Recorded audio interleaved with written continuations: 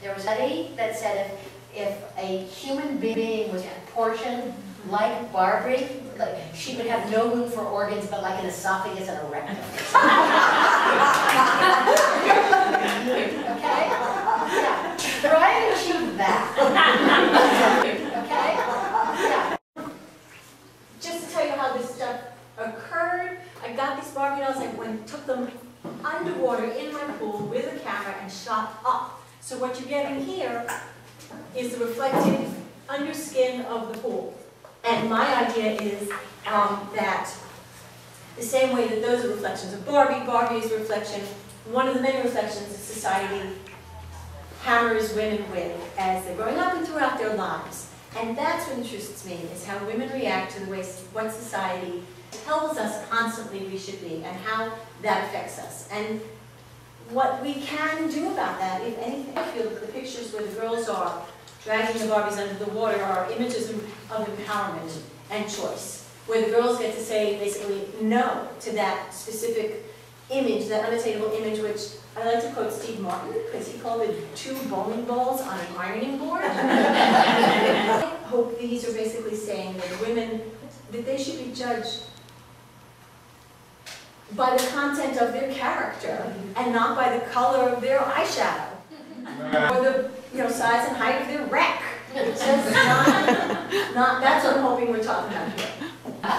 My name's Beth Grant, and I earn my living as an actress, but I also am a very strong feminist. We came up with a great new Barbie. It should be a big kit, and it should have, first of all, an array of sizes and shaped butts. And you have like a Mr. Potato Head.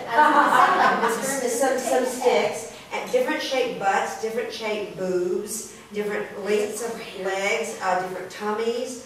It could be flat butts, not just bulbous butts. and different kinds of faces to reflect all the different shapes and sizes and beauty of women. So I think it's kind of a cool idea. That's a Barbie I would really support. Yeah, so I teach women's studies and literature at Cal State San Marcos.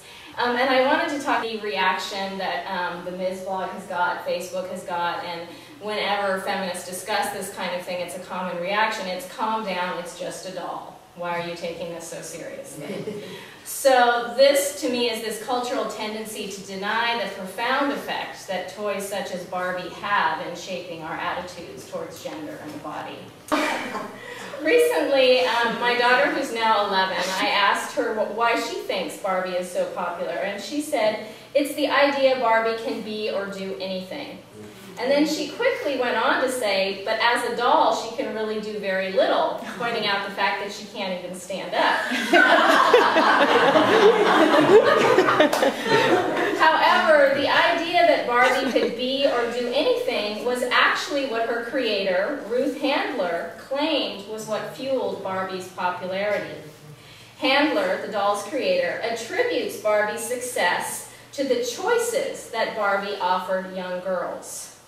I would argue that Barbie offers only the illusion of choice. What she really teaches is that girls should aspire to be the type of big girl that plays to the heterosexual masculinized gaze. A girl that is plastic, sexualized, ultra-thin, easy to undress, with a puckered, silent, smiling mouth. A girl that had better find a Ken, and soon. As such, I would contend Barbie continues to offer us a truly dangerous and very distorted image of femininity, as Title's paintings so powerfully and beautifully convey. Thank you. I did have the opportunity to become the Spanish voice for Barbie, and I don't know how. I just had this fortune of having to work on the same Barbie twice, because they decided that the Barbie script should be, math is hard, I don't like to do homework, and apparently there was an uproar, so I had to come back and make math fun. And I like to study, and I was so happy to have to come back again and fix the problem. And at the time, I really didn't, I really didn't understand the power of a voice for Barbie. Boys and girls definitely are affected by the toys that they play with. Thank you. Like Natalie, my background is actually literature and women's studies both. As Natalie mentioned, that when Barbie came out in 1959, she actually did represent perhaps a kind of proto-feminist ideal. She writes, she was single and childless, she lived a glamorous life replete with boyfriends, hinting at the possibility of recreational sex. She had a beach house in Malibu, apparently, which she paid for herself, and a host of exciting careers, of course, for that decade. And Ornstein writes, fashion editor, tennis pro, stewardess, with a big exclamation. But the hitch, Ornstein writes, was that her liberation was contingent on near constant attention to her appearance. She embodies 50 years of cultural ambivalence about standards of beauty and appropriate role models for girls. There's a study that came out in 2007 by the American Psychological Association, the APA, their task force on the sexualization of girls, which finally offered a proven link between what many of us already knew, that, quote, that girls suffer long-lasting negative effects when steeped in what is called a pervasive culture that focuses on the female body and bombards girls and boys with sexualized images of women. The APA report detailed the effects of this self-objectification starting in girlhood but lasting throughout life, with issues such as depression, eating disorders, self-objectification, low self-esteem, anxiety about appearance, and feelings of shame. These dolls go into the hands of girls and they have long-lasting impact. Another point that came up is often the onus always came back to the parent. People would write in, parents need to tell their daughters that they're not going to grow up and look like Barbie, or if they're not represented by, that's okay. But there was no one ever condemned Mattel. No one ever said, let's look at what Mattel is doing, or ask why they aren't putting out more diversity within their dolls. So I'll end on that note. But again, I found this resistance to changing the script that kind of poured in was just very striking to me.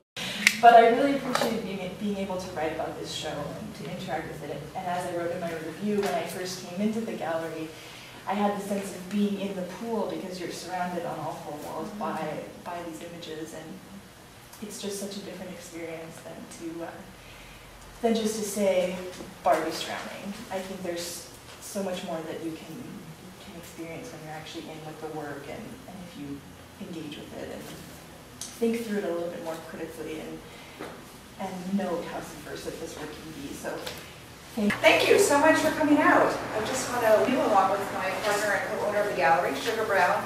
My name is Elline Del Rio.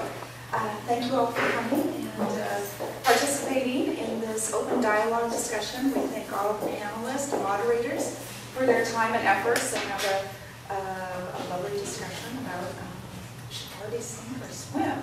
Yeah.